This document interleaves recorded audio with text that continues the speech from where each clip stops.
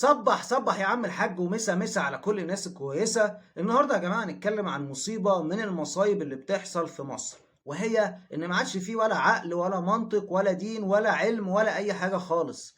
الناس دلوقتي بيطبلوا لدكتور، بيطبلوا لشيخ، بيطبلوا لعالم، بيطبلوا لداعية، بيطبلوا بيهللوا بيعرضوا. يا جماعة الحاجات دي ما ينفعش فيها تعريض خالص. الحاجات دي المفروض تشغل دماغك وتتكلم بالعقل والمنطق والعلم والفكر.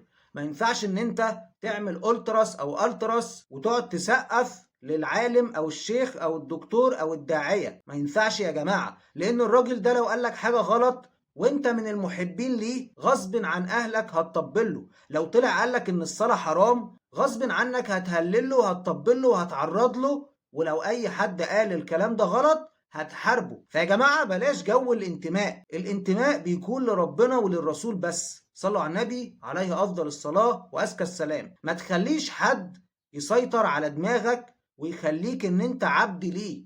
انت المفروض انك عبد لربنا، انت عبد الله مش عبد البني آدم، مش عبد الواحد مشهور ولا العالم ولا الداعية ولا الشيخ ولا الدكتور ولا الفنان ولا الممثل ولا لعيب كورة ولا رياضي ولا مؤثر ولا يوتيوبر ولا أي حاجة من الكلام ده. ولو في شخصيات تانية أو شغلانات تانية، فأنت المفروض إن أنت تكون عبد لربنا. يعني إيه عبودية؟ العبودية إن أنت تكون مسلم نفسك تماما للشخص ده. فالمفروض إن أنت ما تعبدش غير ربنا، ما تقعدش تطبل وتهلل وتعرض لمشاهير ومؤثرين وشخصيات عامة وفنانين وممثلين ولاعيبة كورة، عشان ده حرام، ده غلط، ده مش من الدين ولا من العقل ولا من المنطق ولا من الفكر. ما تبقاش إمعة. الناس يروحوا يمين تروح معاهم يمين، والناس يروحوا شمال تروح معاهم شمال، الناس يطلعوا فوق تطلع معاهم فوق، الناس ينزلوا تحت تنزل معاهم تحت، الناس ينطوا انت تنط، الناس يقعدوا انت تقعد.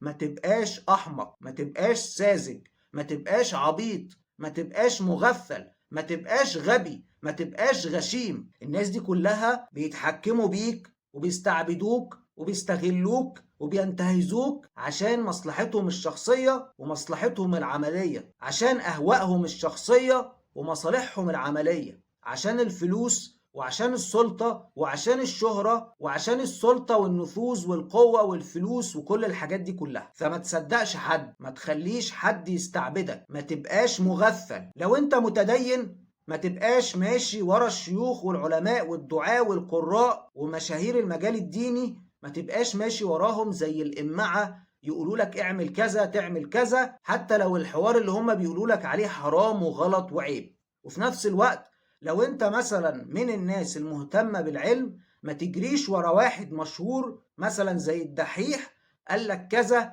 كأن الدحيح ده بيقول لك كذا فانت تروح تعمل وراه كذا من غير ما تفكر ولا تتدبر. كل واحد في الدنيا دي عنده أجندة. ما تبقاش عبد للناس ولا عبد لشهواتك ولا عبد لرغباتك ولا عبد لاحتياجاتك. انت المفروض تكون عبد لله مش عبد للناس.